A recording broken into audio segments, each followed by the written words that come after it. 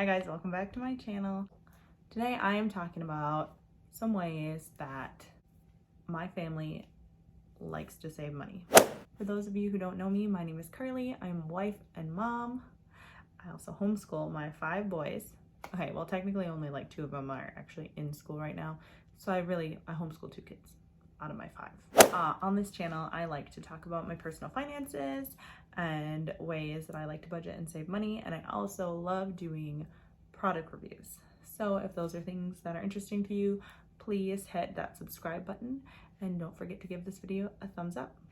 Today I am talking about some ways that we like to try and save money being a family of 7. I feel like there's lots of people out there who are like, how do you afford to have that many kids?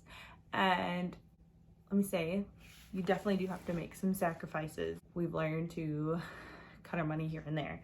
So I'm gonna give you a few of the ways that we save money. Number 1, the best way to save money is budget. You will be amazed at how much money you can save when you actually budget and know exactly how much money you're spending and exactly where your money is going. So that is the number 1 way that we save money. I've talked about it before in a budgeting video, which I will link up here. Eventually I would like to go more in depth maybe on how I actually do my budgeting. But budgeting is like the number 1 thing. Make a monthly budget, stick to it. Second is paying ourselves first. I remember hearing people talk about this. I follow a lot of financial people on Instagram and I was like, what do you mean pay yourself first? Like, we get paid, like our pay is our, like, what? Paying yourself first means that when you get your paycheck, before you go shopping for new clothes, before you pay your bills, before you do anything, is you put money aside for savings. Put money aside for savings. What I do is I will first, right away, I will put money into my Roth.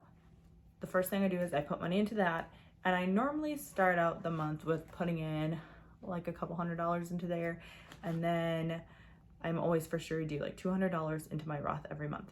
And then if there's more money at the end of the month, or we like make any extra money throughout the month, like from side jobs, I put the money into there. But so that's the first thing I do. I make sure that we put money into our retirement first.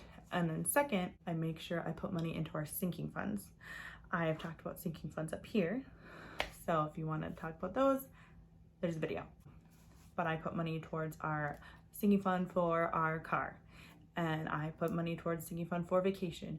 I also have a sinking fund for just random family fun. So if an opportunity comes up that we have money set aside so that we can do spontaneous fun things with our kids or ourselves. You know, if one day we can go back to going to concerts or something, my husband and I can take money out of the sinking fund for fun money and go to that concert without having to worry about it dipping into our budget and messing up our monthly budget.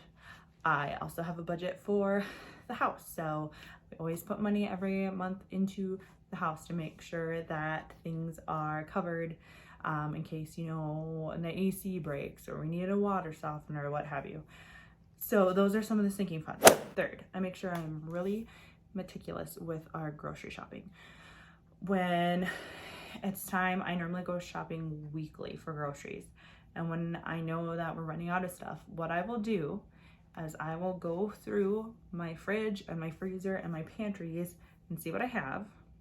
And I will make a list of what I have, and I will see what I can make out of the foods that I already have in my house into meals for that week. So if I know that I have enough ingredients that I can make dinners and lunches and breakfast for like 3 days, then I know that that's 3 days of next week that I've covered, so I don't have to buy quite as many groceries. So I always make sure that I shop in my own pantry and freezers and fridge first before going to the grocery store. This is like 3B. I make a list, always make a shopping list, and then do not divert from the list. I find that shopping online, doing like Walmart pickup, really helps with this because there's no temptation to impulse buy.